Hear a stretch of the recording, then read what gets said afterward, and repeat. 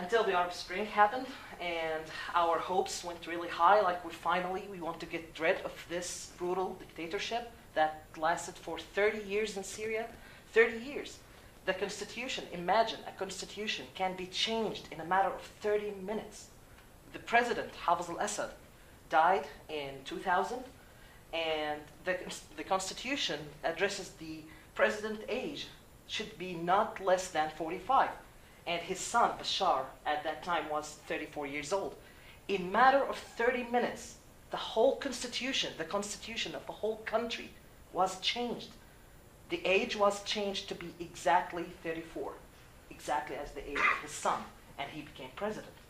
And every 7 years you need to do election, which is fake election. It's actually questionnaire, it's not election, because the elections are, do you want Bashar al-Assad to be a leader? And you have yes and no.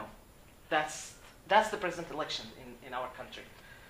So you imagine how people living under this situation and police where if your brother said something bad about the government, you have to report your own brother, your own father. You do not have the freedom to speak. So we saw the Arab Spring.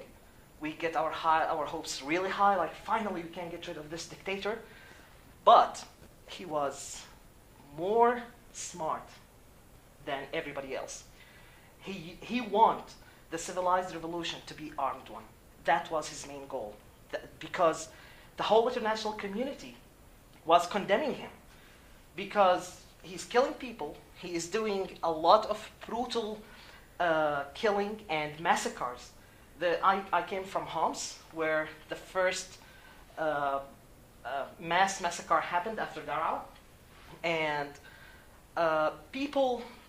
there's a village called Al-Hula village.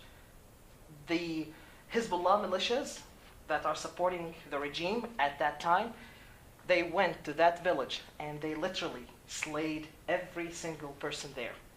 That was before ISIS.